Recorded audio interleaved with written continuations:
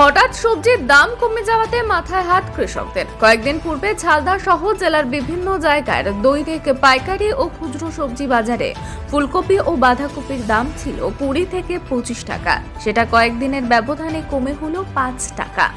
এমনকি কোনো সময় 5 টাকার নিচেও দাম কমে যাচ্ছে কিলো প্রতি ফুলকপি ও বাঁধাকপির। হঠাৎ এই সবজির দাম কমে যাওয়াতে সমস্যায় পড়েছেন কৃষকরা। কারণ সবজি চাষ করতে সার, বীজ, কীটনাশক সহ অন্যান্য বিষয়ে যে পরিমাণে খরচ হয় সেটাও উঠছে না। ঘর থেকে পয়সা বের হয়ে যাচ্ছে। এমনিতে আমরা সংসার চালাবো কি করে বা কৃষির ঋণই পরিশোধ করব কি করে তা নিয়ে চিন্তিত। যখন সবজির দাম বাড়ে তখন টাস্ক ফোর্স হানা দেয়। এখন আমাদের সবজির দাম কমে যাওয়ায় আমরা যে সমস্যায় পড়েছি, এখন টাস্ক ফোর্স কোথায় প্রশ্ন কৃষকদের।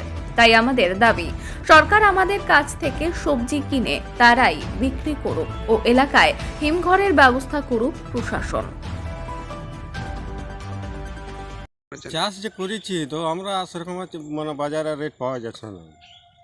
ধরো তোমার যে খরচা ওষুধ পানির আমাদের খরচা হচ্ছে সেই হিসাবে আমরা মানে পাওয়া যাবে না। আমাদের যা সেটা চাষ করাটা আমাদের এটা মানে খরচার খাটালিটা বেকারই হয়েছে আমাদের, মানে হঠাৎ ডাউন হয়ে নামি গেছে।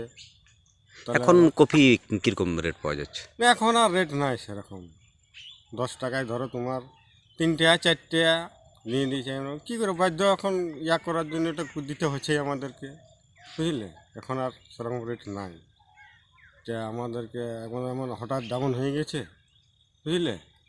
তো এখন তো আর কী বলবো, যা যে পজিশনে কুড়া খোসা যেরকম আমাদের খাটালি হচ্ছে আর কি, মানে আমাদের লস হয়ে গেছে। কি নাম আপনার? শ্রীরাম মাহাতো। কি সমস্যা এটাতে? এর সমস্যা কোনো নেই, মানে সমস্যা হচ্ছে আমাদের লাভের লাভ কিছু নেই। কেন? ঘর থেকে ক্ষতি আছে। যে ওষুধের দাম, কীটনাশকের দাম, কত পিসের দাম, যে পার পিসে ধরেন 3 টাকা 4 টাকা, খুব জোরে 5 টাকা ফুলকপির দাম। ফুলকপির তো দাম তো নাই। তাই জন্য ওষুধ কিনতে গেলে তো এখন 120-30 টাকা যে কোনো ওষুধ কিনতে গেলে। তাহলে কি দাম 500 টাকা 10 গ্রামের দাম। আমাদের তারপরে বাহানি অনেক অনেক কিছুই খরচা। তাহলে কি লস মনে করছেন? ওরা আমরা গোটাই লস করি। কি নাম আপনার? অসিত মাহাতো।